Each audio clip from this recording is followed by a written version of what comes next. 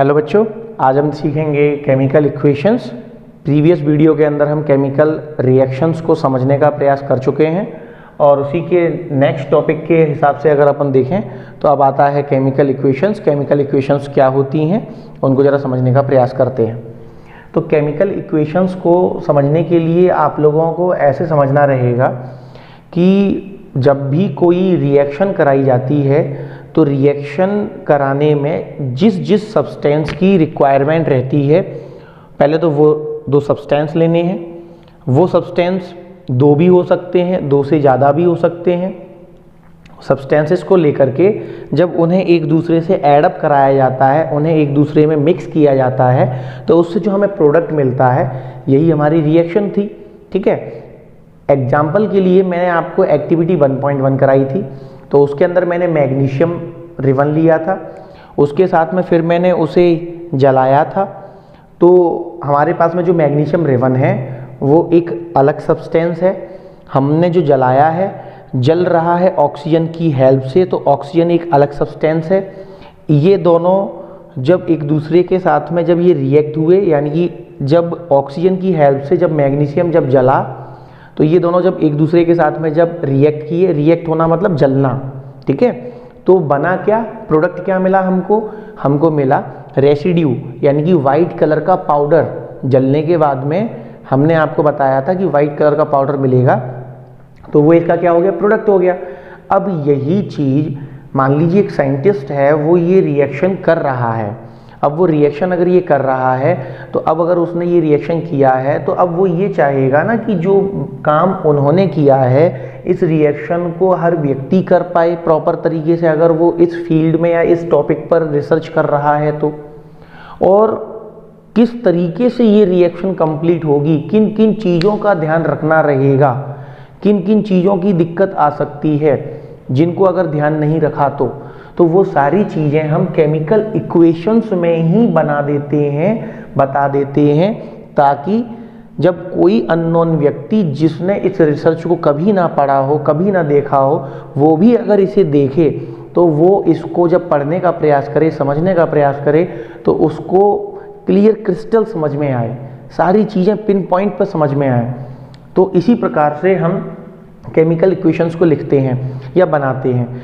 Chemical equations बनाने का एक और मेन रीज़न है कि जैसे मान लीजिए कोई भी एक रिसर्चर है जिसका एक सर्टेन लाइफ पीरियड रहता है, उसने अपने जीवन के अंदर जो भी रिसर्च करी, तो अब वो ये चाहेगा कि जहाँ तक उसने रिसर्च कर ली है, कोई अगर दूसरा व्यक्ति इंटरेस्टेड है उसी फील्ड में, उसी टॉपिक पर रिसर्च करने के लिए, तो वो उसने जहाँ तक कर ली है उसके आगे रिसर्च करे, या फिर उसने जिस डायरेक्शन में रिसर्च करी है अगर उसे कोई आउटपुट नहीं मिला है तो वो बाकायदा पहले ही सामने वाले को नोट्स के रूप में बता दे कि इस फील्ड में, इस डायरेक्शन में आप रिसर्च ना करें, क्योंकि इस तरीके से जब मैंने रिसर्च करी तो यहाँ पर कोई भी आउटपुट नहीं मिला। तो आपका जो समय इन्वेस्ट हुआ है वो टाइम किसी दूसरे का इन्वेस्ट ना हो, डायरेक्ट आप उसको एक आउटपुट के रूप में आप चीज़ें बता सकें।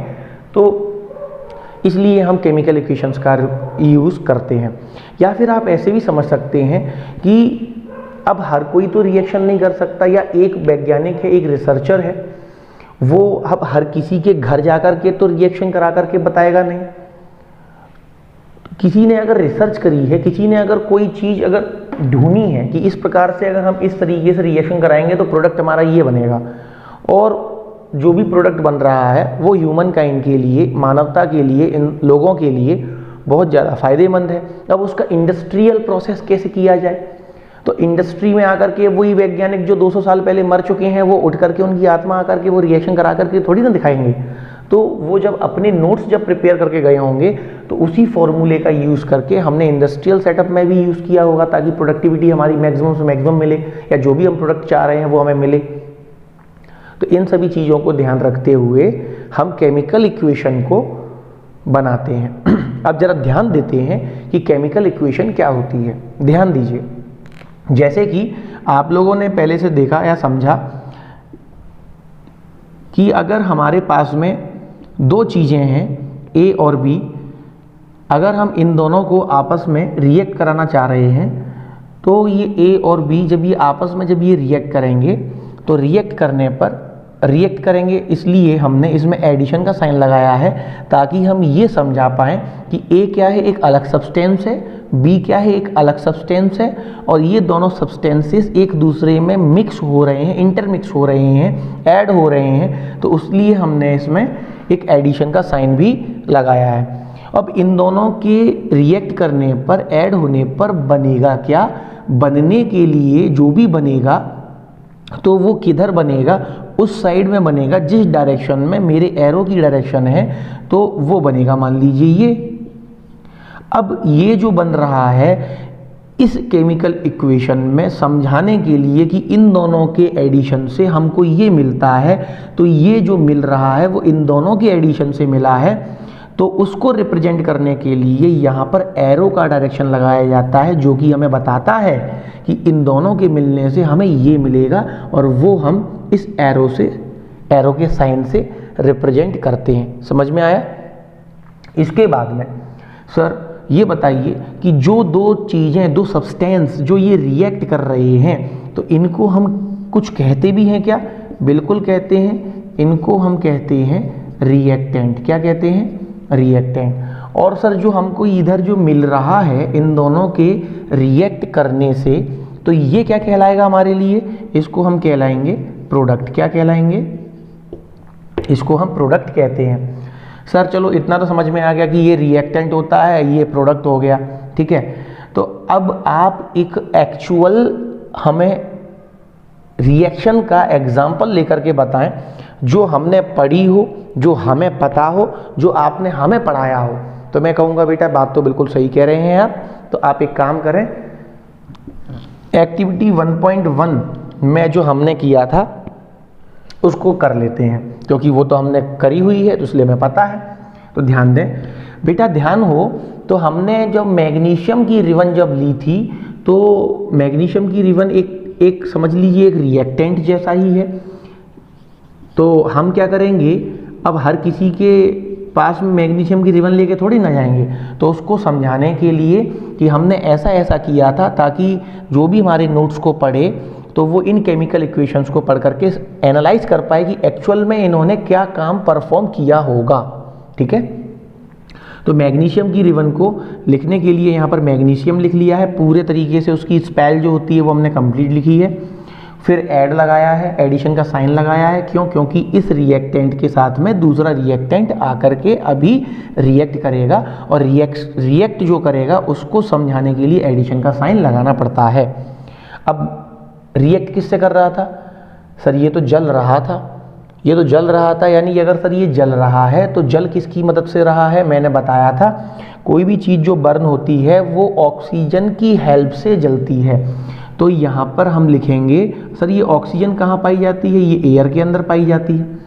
तो ये ऑक्सीजन की हेल्प से ये जलेगा। तो जलने की बात जब भी आए, बर्न होने की बात जब भी आए, तब आपको एक ही चीज़ लिखनी है, ऑक्सीजन। इन दोनों के रिएक्ट करने पर हमको जो वाइट रेसिड्यू मिला था, जो वाइट प्रेसिपिटेट जो हम बोल सकते हो, जो हमें एक प्रकार से जो राख मिली थी सफ़ेद कलर की, ठीक है ना, वो वाइट रेसिड्यू जो है उसको हमने क्या कहा था? सर वो हमने बोला था कि वो मैग्नीशियम ऑक्साइड की राख है। ठीक है, एक और चीज़, इतना समझ में आ गया? इतना तो आ गया सर। अब एक चीज़ बताओ यार, इसको लिखने में मुझे ही कितना समय लग गया, और वैज्ञानिकों के पास तो बहुत कम समय होता है।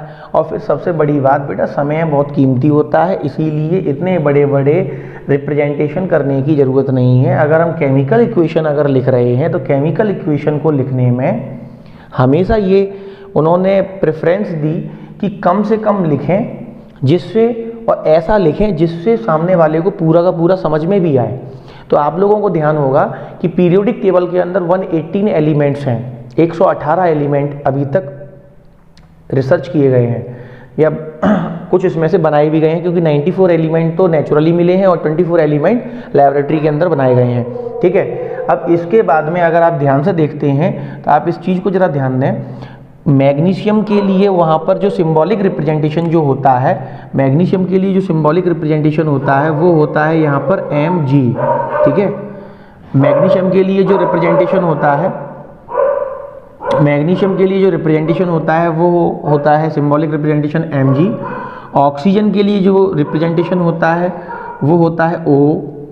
सर पीरियोडिक टेबल में ऑक्सीजन के लिए रिप्रेजेंटेशन जो किया जाता है वो तो सिंबल O होता है, पर आप क्या यहाँ पर O2 लिखेंगे? हाँ बिल्कुल O2 लिखूंगा। सर आपने O2 क्यों लिखा? इसके पीछे का कारण आपको चैप्टर नंबर 4 के अंदर पता चलेगा कि अकेला जो ऑक्सीजन होता है वो स्टेबल नहीं होता है, हाईली इलेक्ट्रोनेगेटिव होता है, अनस्टेबल होता है। उसको स्टेबिलिटी के लिए कुछ इलेक्ट्रॉन्स की रिक्वायरमेंट रहती है। वो सारे टॉपिक्स चैप्टर 4 में करेंगे। तब तक के लिए आपको ऐसा समझना है कि अकेला ऑक्सीजन नेचर के अंदर फ्रीली एग्जिस्ट नहीं कर सकता है, उसे स्टेबिलिटी मेंटेन रखने के लिए O2 के रूप में हमें लिखना पड़ता है, तभी ये स्टेबल हो पाएगा। इसके बाद में हमें मैग्नीशियम ऑक्साइड, तो मैग्नीशियम के लिए तो Mg, ऑक्साइड के लिए O।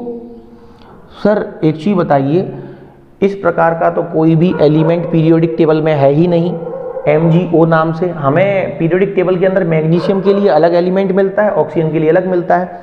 तो इसके लिए बेटा मैं आपसे कहूँगा कि आप लोग चैप्टर नंबर 3 क्लास 9th का टॉपिक पढ़ें, जिसके अंदर ये बताया गया है कि किस प्रकार से किसी भी कंपाउंड का फॉर्मूला हम लिखते हैं। उसके लिए बेटा आपको वैलेंसी आना चाहिए, उसके लिए आपको एलिमेंट के सिंबॉलिक रिप्रेजेंटेशन आना चाहिए, फिर उनका क्रॉस मल्टीप्लाई करते हैं, फिर जाकर के ये हमारा केमिकल फॉर्मूला बनता है। अगर आप लोगों को केमिकल फॉर्मूले की रिक्वायरमेंट है तो आप कमेंट करके बताएं, तो फिर मैं आप लोगों के लिए केमिकल फार्मूला के स्पेशली ये केमिकल फार्मूला डिज़ाइन करने का एक जो पूरा का पूरा एक वीडियो बना दूंगा अलग से, ताकि आप लोगों को ज़्यादा दिक्कत ना आए।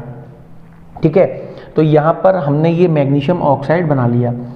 अब इतना तो सर समझ में आ गया, यहाँ तक तो चीज़ें समझ में आ रही हैं, क्लियर हो रही हैं कि ये दोनों रिएक्टेंट है, ये प्रोडक्ट है। ये एरो का जो साइन है वो ये बता रहा है कि ये दोनों जब एक दूसरे से रिएक्ट करेंगे तो ये बनेगा। और ये दोनों जो ये रिएक्टेंट हैं, क्योंकि आप बता चुके हो सर कि जो रिएक्ट कर रहे हैं वो रिएक्टेंट और जो बन रहा है वो प्रोडक्ट। इतना तो समझ में आ गया। तो इसका मतलब केमिकल इक्वेशन सर ये कंप्लीट हो गई? बिल्कुल भी नहीं हुई है, अभी भी इसमें दिक्कतें हैं। बताओ सर क्या दिक्कत है? अब तो हो जाना चाहिए था।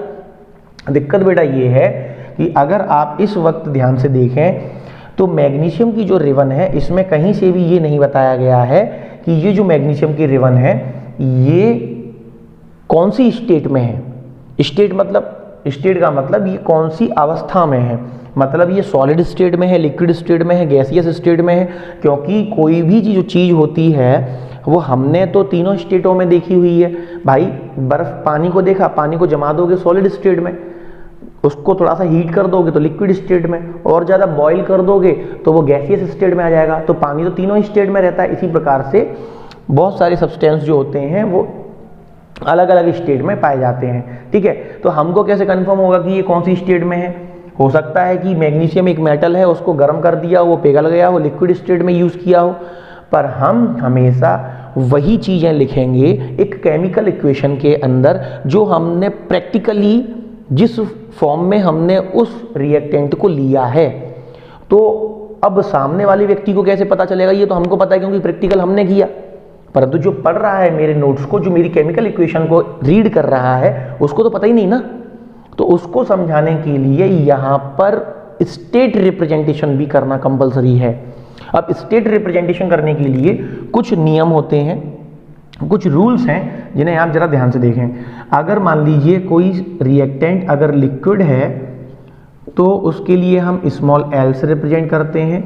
कोई अगर हमारा सब्सटेंस सॉलिड है तो स्मॉल s से रिप्रेजेंट करते हैं। कोई सब्सटेंस अगर हमारा गैस है तो स्मॉल g से रिप्रेजेंट करते हैं। इसका एक और सिंबल होता है ऊपर की डायरेक्शन में जाने वाला तीर, क्योंकि गैस हल्की होती है तो वो ऊपर की तरफ उठ जाती है। तो ये सिंबॉलिक रिप्रेजेंटेशन से भी हम गैसियस फॉर्म को रिप्रेजेंट करते हैं। इसके बाद में आता है हमारे पास में प्रेसिपिटेट। सब प्रेसिपिटेट का मतलब क्या होता है? जैसे बेटा अगर आपने पानी के अंदर मिट्टी को लेकर के उसमें डाला, उसको घोला, 2 घंटे के बाद आप देखोगे कि वही मिट्टी क्या होगी, पानी के जो बॉटम है उसमें सेटल डाउन हो जाएगी। और सेटल डाउन होने पर आप जब उसे देखेंगे तो वो एक सॉलिड फॉर्म में है ना, नीचे पाउडर फॉर्म में नीचे सेटल डाउन हो गई, तो वो सॉलिड है, पकड़ में आ रहा है, सीधी सी बात है।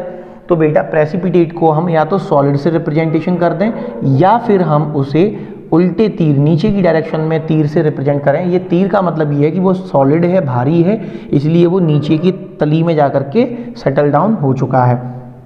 एक और होता है जिसे हम कहते हैं सॉल्यूशन। तो बच्चों जब भी आपको पता होना चाहिए, सॉल्यूशन जो होता है वो दो चीज़ों से मिलकर बना होता है, एक होता है सॉल्यूट, एक होता है सॉल्वेंट। तो सॉल्यूट वो होता है जो कम मात्रा में होता है, सॉल्वेंट वो होता है जो ज़्यादा मात्रा में होता है। या आप ऐसा कह सकते हैं कि सॉल्वेंट हम उसे कहते हैं जो अपने अंदर, जो ज़्यादा मात्रा में होगा वो अपने अंदर जो कम मात्रा में है उसे घोल लेगा, उसे मिक्स कर लेगा, उसे डिसॉल्व कर लेगा। ठीक है, तो यहाँ पर आप ऐसा समझें कि ज़्यादातर सॉल्यूशंस के अंदर ये देखा गया है कि जो सॉल्वेंट होता है जो अपने अंदर किसी दूसरे सब्सटेंस को घोलने की, डिसॉल्व करने की जो क्षमता रखता है, तो मैक्सिमम केसेस में सॉल्वेंट का जो उपयोग होता है वो वाटर होता है, इसीलिए वाटर को यूनिवर्सल सॉल्वेंट कहते हैं। ज़्यादातर चीज़ें उसमें घुल जाती हैं, बहुत सारे एक्सेप्शंस भी हैं, उनको नहीं पढ़ रहे, बाद में देखेंगे। तो सर सॉल्यूशन के अंदर अगर मान लीजिए सॉल्वेंट के रूप में अगर पानी हो, वाटर हो, बेटा वाटर का दूसरा नाम होता है एक्वा। हम नहीं मानते सर, आप नहीं मानते भैया, जरा ध्यान दो। आप लोगों के घर में एक वाटर प्यूरिफायर लगा होगा जिसका नाम होता है एक्वागार्ड, उस मशीन का। क्यों नाम है उसका एक्वागार्ड? एक्वागार्ड इसलिए है क्योंकि एक्वा का मतलब पानी, गार्ड का मतलब पानी को सुरक्षा देने वाला, सिक्योरिटी देने वाला। किससे? जर्म्स से, बैक्टीरिया से, इन्फेक्शन से, जो कि पानी के जरिए होते हैं। तो उनको वो पहले क्या करता है, प्यूरिफाई करता है, फिल्टर करता है, और उसके बाद में जो अच्छा पानी होता है वो आपको मिलता है। तो इसीलिए वहाँ पर उस मशीन का नाम क्यों रखा गया एक्वागार्ड? क्योंकि पानी को एक्वा कह रहे हैं, और पानी क्या है, वाटर क्या है, सॉल्वेंट है। तो हर सॉल्यूशन के अंदर एक सॉल्वेंट तो होगा ही होगा। अगर सॉल्यूशन के अंदर सॉल्वेंट के रूप में अगर वाटर है तो इसका मतलब वहाँ पर वाटर को हम क्या बोलेंगे, एक्वा, और एक्वा का रिप्रेजेंटेशन सिंबल होता है AQ। बात समझ में आई? तो इस प्रकार से ये सिंबॉलिक रिप्रेजेंटेशन होता है। अब ध्यान करो, जब मैंने आपको एक्टिविटी 1.1 कराई थी तब मैंने कहा था कि जो एक हम सबसे पहले मैग्नीशियम की एक रेवन लेंगे। अब रेवन लिया है तो वो सॉलिड स्टेट में थी, तो सॉलिड स्टेट में थी तो बेटा यहाँ पर हम उसको रिप्रेजेंट करेंगे नीचे। बेटा ये चीज़ जरूर ध्यान रखना कि जब भी हम स्टेट को जब हम इसमें रिप्रेजेंटेशन करेंगे तो हमेशा हम नीचे की तरफ हमेशा हम बनाएंगे, कभी भी साथ में ऐसे कभी भी नहीं बनाएंगे, क्योंकि ये तरीका नहीं होता बनाने का। अगर प्रॉपर तरीके से किसी ने आपकी साइंस की कॉपी चेक करी और उसमें अगर केमिकल इक्वेशंस अगर आपने लिखी हुई हैं जिसमें स्टेट रिप्रेजेंट करने के लिए जस्ट सामने लिख दिया है, तो वो तरीका फॉर्मेट गलत होता है। ऑक्सीजन हवा में थी, हवा गैस है, इसलिए ये गैसियस फॉर्म में हो गया है। ये मैंने एरो के नीचे नहीं लिखा है, यहाँ पर एरो इधर से स्टार्ट हो रहा है। यहाँ पर जो हमको मैग्नीशियम ऑक्साइड जो मिला वो मैग्नीशियम ऑक्साइड एक पाउडर फॉर्म में है जिसको हम पकड़ सकते हैं, यानी कि सर ये सॉलिड में है। देखो बेटा, पकड़ सकने से मतलब जो सॉलिड होगा उसी को पकड़ सकते हो। लिक्विड को पकड़ सकते हो क्या? हवा को पकड़ सकते हो क्या? नहीं ना। तो कॉमन सेंस लगाया करो। इसके बाद में क्या सर अब ये रिएक्शन कंप्लीट हो गई, केमिकल इक्वेशन अब कंप्लीट हो गई? तो मैं कहूँगा बेटा अभी नहीं हुई। तो आप बोलोगे सर ऐसा क्यों, अभी क्यों नहीं हुई? तो मैं कहूँगा बेटा जरा एक चीज़ बताओ, क्या सारी की सारी जो रिएक्शंस होती हैं वो क्या अपने आप हो जाती हैं? सर ज़्यादातर तो हो जाती हैं, पर मैं आपको कुछ ऐसे एग्जाम्पल बताऊंगा जिससे आपका दिमाग सोचने पर मजबूर हो जाएगा कि हाँ, बहुत सारी रिएक्शंस अपने आप नहीं होती हैं, जिनको करवाने के लिए हमें कुछ ना कुछ एक्सटर्नल इफेक्ट उसके अंदर डालने पड़ते हैं। एग्जाम्पल के लिए जैसे मान लीजिए आप लोगों ने पेप्सी या फिर आप लोगों ने सोडा पिया होगा, तो आप लोगों को पता है कि जब भी आप उसका जब ढक्कन जो होता है, उसका जो कैप होता है, जब आप उसका ओपन करते हैं तो उसके अंदर से गैस निकलती है। तो इसका मतलब वो गैस ढक्कन खोलते ही क्यों निकली? क्योंकि उसके अंदर वो होगी। अब सर गैस उसके अंदर कैसे आ गई? तो आप एक चीज़ ध्यान रखें, जैसे कि मान लीजिए आपके पास में एक बहुत बड़ा सिलेंडर है और उसके अंदर आपने क्या किया, हवा भरी हुई है। अब आपने इंजेक्शन देखा होगा, इंजेक्शन का जो पिस्टन होता है, तो अगर मैं इस पिस्टन को नीचे की तरफ ले जाता जाऊं तो इससे क्या होगा, जो गैस के जो पार्टिकल्स हैं वो कंडेंस होते जाएंगे, वो पास आते जाएंगे, और जब वो ज़्यादा पास आ जाएंगे तो वो एक दूसरे से जुड़ जाएंगे तो फिर बेटा वो लिक्विड फॉर्म में आ जाएंगे। समझ में आया? लिक्विड फॉर्म में आ जाएंगे। तो यहाँ पर जो भी आपने जो कोक पेप्सी जो भी पीते हो, तो जैसे ही आप उसका ढक्कन ओपन करते हो तो उसमें से कुछ गैस निकलती है, इसका मतलब वो गैस उसके अंदर मिलाई गई है। और अगर वो अपनी मर्जी से अगर मिली होती या उसमें डिज़ोल्व होती तो वो कैप खोलने पर भी बाहर नहीं निकलती, वो उसके अंदर ज़बरदस्ती उसके अंदर हमने उसको क्या किया है, उसमें डिज़ोल्व किया हुआ है। तो डिज़ोल्व करने के लिए उसमें हमने जो एक एक्सटर्नल फैक्टर जो अप्लाई किया है पिस्टन की मदद से, जो मैंने आपको अभी एक एग्जांपल बताया था, वो एक्सटर्नल फैक्टर है प्रेशर।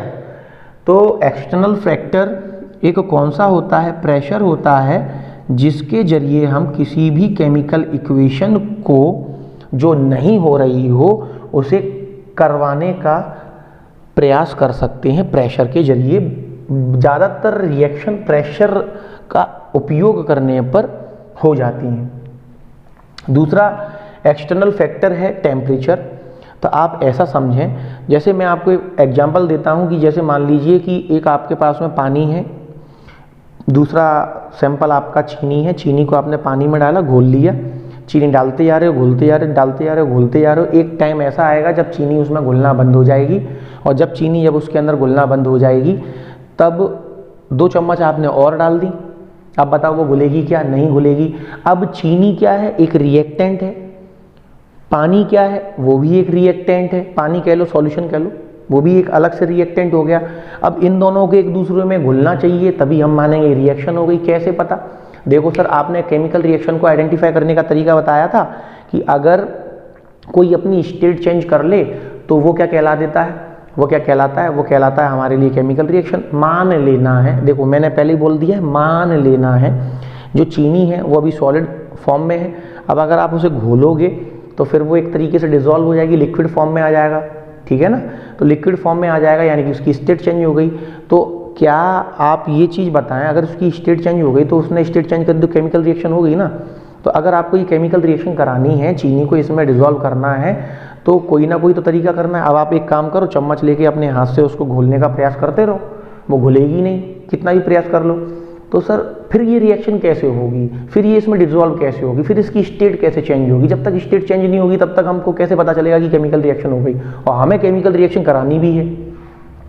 तो इसलिए आप एक काम कर सकते हैं, आप एक काम ऐसा करें कि आप उसी सॉल्यूशन को ले जा करके बर्नर पर रख दें, गैस पर रख दें, बर्नर ऑन कर दें और देखें थोड़ी सी हीट मिलेगी। वो चीनी जो आपने उसके अंदर डाली है, ये गली के कुत्ते ये शांत नहीं हो सकते, हाँ हो ही नहीं सकते। भले ही चाहे मैं रात के 3 बजे भी वीडियो शूट कर रहा हूँ तब भी ये भौंकना इनका चालू है। दिन में तो लोग वाग और रात में ये। तो ऐसा है कि आप अगर उस चीनी को उस सॉल्यूशन के अंदर अगर डिसॉल्व करना चाह रहे हैं तो डिसॉल्व करने के लिए जैसे ही आप उसे बर्नर पर रखेंगे, बर्नर से जैसे ही एक्सटर्नल से उसे एक हीट मिलेगी, तो हीट मिलने पर होगा क्या, हीट मिलने पर बेटा वो डिसॉल्व हो जाएगी। यानी कि सर ये रिएक्शन अपने आप नहीं हो रही थी, इसको करवाने के लिए हमें एक एक्सटर्नल हीट देनी पड़ी, एक्सटर्नल हीट देनी पड़ी, उसकी वजह से ये अपना स्टेट चेंज किया है, इसने अपना फॉर्म चेंज किया है, तब जाकर के केमिकल रिएक्शन हुई है। इसका मतलब एक एक्सटर्नल फैक्टर एक और होता है जिसकी मदद से हम कोई भी रिएक्शन को करने में कोशिश कर सकते हैं, वो है टेम्परेचर। सर इसके अलावा भी कोई एक और ऐसा एक्सटर्नल फैक्टर है जिसकी हेल्प से हम रिएक्शन को कर सकते हैं? हाँ, एक और है जिसको कहते हैं कैटलिस्ट। कैटलिस्ट बेटा क्या होता है? कैटलिस्ट एक ऐसा एजेंट होता है जिसको अगर हम करा रहे हैं, मतलब जिसकी मदद से अगर हम रिएक्शन करा रहे हैं, जो रिएक्शन अपने आप नहीं हो रही, वो एक ऐसा एजेंट है जो इन दोनों रिएक्टेंट को एक दूसरे से रिएक्ट करने में हेल्प करता है। हेल्प करता है सर कैसे, एक बढ़िया सा एक उदाहरण देता हूँ मैं आपको, ज़रा ध्यान से समझिए। जैसे कि आपने देखा होगा कि शादियों में, मैरिज फंक्शंस में आप लोग गए होंगे तो आपने देखा होगा वहाँ पर एक पंडित जी होते हैं। देखो बेटा, पहले ही आपको बता देता हूँ, मैं किसी व्यक्ति विशेष या किसी समुदाय के ऊपर टीका टिप्पणी नहीं कर रहा हूँ, मैं जस्ट आपको केमिकल रिएक्शन समझाने के लिए जस्ट एक एग्जाम्पल दे रहा हूँ ताकि आपके दिमाग में समझ में आए, ठीक है। तो आप ज़रा ये चीज़ समझें कि आपने देखा होगा जब भी आप कभी मैरिज फंक्शन में गए होंगे तो वहाँ पर एक पंडित जी बैठे होते हैं, वो बोलते हैं वधू अपना हाथ आगे लेके आए, वर अपना हाथ आगे लेके आए, दो एक दूसरे के ऊपर हाथ रखवाते हैं, फिर बोलते हैं इसके ऊपर हमारा दक्षिणा भी रख दो, 500 की 1000 की पत्ती रख दो, वो रख देंगे। फिर कहते हैं विवाह संपन्न हुआ, और वो अपनी दक्षिणा उठाते हैं और निकल जाते हैं। क्या बहू मतलब जो वधू होती है और जो वर है उसके साथ में क्या ससुराल भी चले जाते हैं क्या? वो नहीं जाते, वो तो करवाए शादी और निकल लिए। इसका मतलब क्या हुआ कि कैटलिस्ट जो होता है, कैटलिस्ट भी बिल्कुल ऐसा ही होता है, मतलब रिएक्शन करवाने में हेल्प करता है और प्रोडक्ट बनवा देता है, परंतु किसी भी प्रकार से वो प्रोडक्ट में पार्टिसिपेट नहीं करता है। कैटलिस्ट एक इस प्रकार का एजेंट होता है जो जस्ट हेल्प करता है दो रिएक्टेंट को रिएक्ट करने में और प्रोडक्ट बनवाने में, और प्रोडक्ट में किसी प्रकार का कोई भी पार्टिसिपेशन नहीं करता है। ये कैटलिस्ट का काम होता है। तो बेटा एक और एक्सटर्नल फैक्टर होता है जिसे हम कहते हैं कैटलिस्ट, और कैटलिस्ट की हेल्प से क्या होता है कि कोई भी जो रिएक्शन होती है उसको जल्दी से जल्दी करने का काम होता है कैटलिस्ट का, और वो खुद पार्टिसिपेट नहीं करता है। क्या सर ऐसा कभी हो सकता है, क्या सर ऐसा कभी हो सकता है कि ये तीनों चीज़ें एक साथ अप्लाई हो जाएं? बिल्कुल हो सकता है। बहुत सारे इंडस्ट्रियल प्रोसेस में जिसमें हमको एफिशिएंसी ज़्यादा चाहिए होती है। एफिशिएंसी का क्या मतलब होता है sir? Minimum input maximum output, मतलब इन्वेस्ट हम कम करें और प्रॉफिट हमको मैक्सिमम हो। उस चीज़ के लिए ये तीनों हम अप्लाई कर सकते हैं। कैसे? देखो बेटा, अगर कोई भी रिएक्शन अगर नहीं हो रही है, अगर मैं प्रेशर लगाऊंगा तो मुझे एनर्जी लगानी पड़ेगी ना, मेरे को दम लगानी पड़ेगी ना, मेरी ऊर्जा जाएगी ना। तो वो मैकेनिकल ऑपरेशन करने के लिए हम जो भी एनर्जी जो देते हैं वो किसके जरिए, कौन सी एनर्जी होती है? वो सारे के सारे इंडस्ट्रीज़ के अंदर इलेक्ट्रिकल एनर्जी के रूप में फिर मैकेनिकल एनर्जी बनती है। तो कहीं ना कहीं हमारी एनर्जी वेस्ट हो रही है। उसके साथ में अगर मुझे किसी भी रिएक्शन को कराने के लिए अगर हीट करना पड़ रहा है, यानी कि वहाँ पर भी सर मेरे को टेम्परेचर देना पड़ रहा है, यानी कि मेरी एनर्जी वेस्ट हो रही है। और एनर्जी आज के समय पे आपको पता ही है किस तरीके से बन रही है, बहुत ज़्यादा हमारे लिए कीमती है। हालांकि एनर्जी कभी ख़त्म नहीं होती, परंतु उसका फॉर्म चेंज हो जाता है, और वो जिस फॉर्म में एक बार यूज़ हो गई वो फिर रिटर्न नहीं हो पाती उस फॉर्म में, ठीक है ना। तो ये सारी चीज़ें हैं। तो इस वजह से अब इंडस्ट्रीज़ के अंदर बेटा अगर आपने इतनी ही एनर्जी शुरुआत में प्रोडक्ट को बनाने में ही खर्चा कर दिया, तो प्रोडक्ट को बनाने में ही अगर आपका ज़्यादा से ज़्यादा खर्चा हो जाएगा, तो फिर जब आप उसको सोल्ड आउट करोगे, जब आप उसे बेचोगे, तो वो और ज़्यादा महंगा होगा। और कस्टमर हमेशा किस चीज़ को परचेज करेगा? जो सस्ता हो, अच्छा हो, सस्ता हो। तो इसीलिए हम क्या करते हैं, हम कैटलिस्ट का यूज़ करते हैं इनके साथ में। कैटलिस्ट से क्या होता है? कैटलिस्ट से ये होता है कि जो काम ये प्रेशर और टेम्परेचर मिल करके एनर्जी का ज़्यादा उपयोग कर करके इनको आपस में रिएक्ट कराने का लिए कर रहे थे, उसी काम को कैटलिस्ट कोई एनर्जी तो है नहीं, कैटलिस्ट तो एक एजेंट है। एजेंट मतलब सर किस प्रकार का? बेटा ये बड़े बड़े रिफाइनरीज वगैरह में जब क्रूड ऑयल वगैरह होता है, उसको फिल्ट्रेशन करने के लिए, उसको साफ़ करने के लिए कैटलिस्ट का यूज़ करते हैं। और भी बहुत सारे इंडस्ट्रियल सेटअप होते हैं जिसमें कैटलिस्ट का यूज़ किया जाता है। कैटलिस्ट केवल एक बार खरीदा जाता है और उसका उपयोग जब हम इंडस्ट्रियल सेटअप में करते हैं तो लॉन्ग टर्म तक यूज़ होता है। फिर जब वो ख़त्म हो जाता है तो फिर हम फिर से मंगा लेते हैं। मतलब इनके कंपैरिजन में ये थोड़ा सा सस्ता भी पड़ता है। तो इसीलिए हम क्या करते हैं, इन तीनों का भी उपयोग कर सकते हैं किसी भी रिएक्शन में अगर इतनी रिक्वायरमेंट है तो। वरना कुछ रिएक्शन में ये एक इंडिविजुअल एक्सटर्नल फैक्टर ही इसके लिए सफिशिएंट होते हैं। बहुत ही ज़्यादा ऐसी बड़ी बड़ी इंडस्ट्रियल सेटअप रहते हैं जिसमें ये तीनों ही हमको इसमें यूज़ करने रहते हैं। तो इनका यूज़ करने से कोई भी रिएक्शन जो नहीं हो रही हो वो रिएक्शन भी हो जाती है। चलो सर ये सब समझ में आ गया। पर अब आप ये बताइए कि आपने इनको बताया क्यों, और बताया तो इसका इस केमिकल इक्वेशन से क्या लेना देना। तो केमिकल इक्वेशन से बेटा ये लेना देना है कि हम जो भी इसके अंदर जो भी एक्सटर्नल फैक्टर जो ले रहे हैं, वो जो भी हमारी इस नोट्स को पढ़ रहा है, केमिकल इक्वेशंस को पढ़ रहा है, तो वो व्यक्ति अगर जिसे नॉलेज ना हो कि एक्सटर्नल फैक्टर के बेसिस पर हमने इस रिएक्शन को कराया है, वो केवल और केवल हमारी इतनी सी रिएक्शन को देख करके उसने रिएक्शन करने का प्रयास किया, उसने एक्सपेरिमेंट करने का प्रयास किया, और मान लो वो रिएक्शन हो किसकी मदद से रही थी, एक्सटर्नल फैक्टर की मदद से, जो कि हमने उसमें मेंशन नहीं किया, तो क्या कभी वो काम कर पाएगा जो एक्चुअली में हो रहा था? उसकी रिएक्शन होगी ही नहीं। तो उसको पूरी तरीके से सारी जानकारी देने के लिए हम केमिकल इक्वेशन में हर एक पॉइंट तक की जानकारी यहाँ पर देंगे, ठीक है। तो केमिकल इक्वेशन को यहाँ पर रिप्रेजेंट करने के लिए आप लोगों को एक चीज़ पता होना चाहिए, एक्सटर्नल फैक्टर होते हैं, जैसे प्रेशर हुआ, तो प्रेशर को, टेम्परेचर को, कैटलिस्ट को इसी एरो के ऊपर या नीचे हम मेंशन करते हैं। जैसे टेम्परेचर को अगर आपको मेंशन करना है, तो टेम्परेचर को मेंशन करने के लिए यहाँ पर डेल्टा का सिंबल भी रिप्रेजेंट करते हैं, और उसके साथ में अगर आपने जितना भी टेम्परेचर दिया तो उसको लिख दो। प्रेशर अगर आपने लिखा है, प्रेशर अगर आपने इसे रिएक्शन कराने में यूज़ किया है, तो प्रेशर मान लीजिए 200 psi या 200 atm, ठीक है ना। ये एटमॉस्फेरिक प्रेशर होता है, psi भी एक प्रेशर की यूनिट होती है, तो यहाँ पर आप प्रेशर भी लिख सकते हैं। और अगर आपको कैटलिस्ट भी रिप्रेजेंट करना है, अगर रिएक्शन में यूज़ किया गया है, कैटलिस्ट की हेल्प से रिएक्शन हो रही है, तो कैटलिस्ट को भी आप यहाँ पर यूज़ कर सकते हैं। अगर ऊपर जगह नहीं बची है तो नीचे। जस्ट आपको केमिकल इक्वेशन बनाते समय हर वो चीज़ यहाँ पर लिखनी है जिसकी मदद से आपने एक्चुअली में प्रैक्टिकल किया था, ठीक है। तो वो सारी चीज़ें यहाँ मेंशन होना कंपलसरी है। इसके बाद में क्या सर, अब केमिकल इक्वेशन कंप्लीट हो गई क्या? मैं कहूँगा बेटा अभी भी ये केमिकल इक्वेशन कंप्लीट नहीं हुई है। अब क्या रह गया सर? अब इसके अंदर केवल और केवल बैलेंसिंग रह गया है कि इक्वेशन बैलेंस करना पड़ेगी।